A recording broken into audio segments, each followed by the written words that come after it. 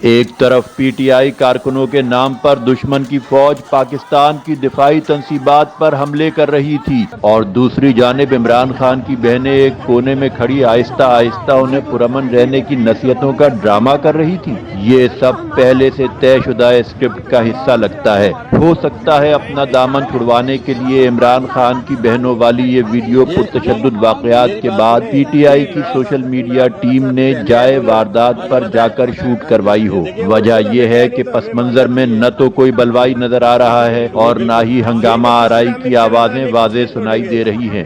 آپ خان صاحب کی ہمشیرگان کا اطمینان اور سکون چیک کریں۔ پاکستان تو پی ٹی آئی کے کارکن کوئی بھی نہیں توڑ پھوڑ کر رہے ہیں۔ عوام جو بیسیکلی شروع میں جو لوگ آئے ہیں ان کے جذبات